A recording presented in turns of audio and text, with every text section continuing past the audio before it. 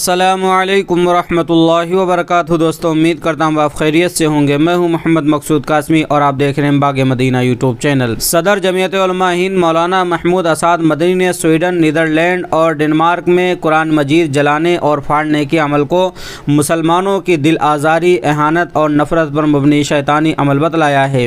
انہوں نے اپنے بیان میں کہا ہے کہ مغربی ممالک کے حکمراں اظہار رائے کے آزادی جیسے عالمگیر نظریے کے نام پر ایک مذہب کے خلاف نفرت، اشتعال انگیزی اور مذہبی کتابوں کی کھلے عام توہین کی اجازت دے رہے ہیں۔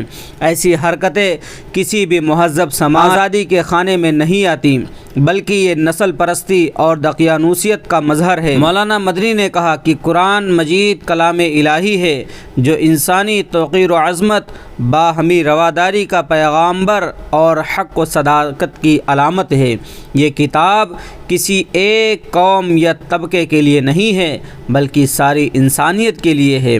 مولانا مدنی نے اقوام متحدہ کی نمائندہ body United National Alliance of Civilization کے ذریعے اس عمل کی مذمت کا خیر مقدم کیا ہے اور امید ظاہر کی ہے کہ اقوام متحدہ اور دیگر مغربی ممالک، یورپین یونین، ناٹو وغیرہ ان مذکورہ ممالک کے حکمرانوں کو ایسے اعمال کے روکنے پر مجبور کرے گی۔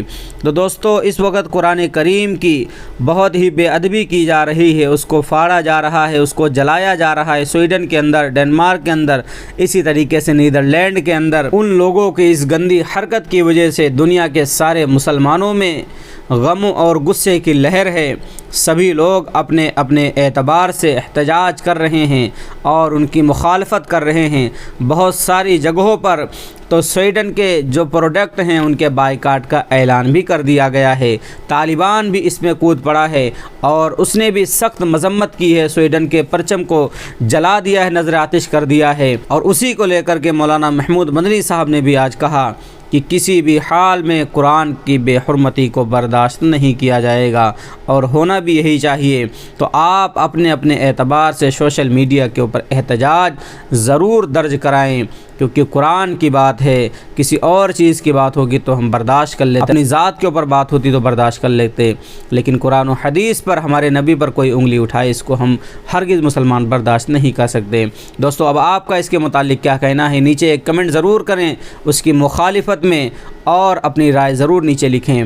چلیے دوستو پھر ملتے ہیں انشاءاللہ کسی نئے ویڈیو میں کسی نئے ٹاپک کے ساتھ۔ السلام علیکم ورحمۃ اللہ وبرکاتہ۔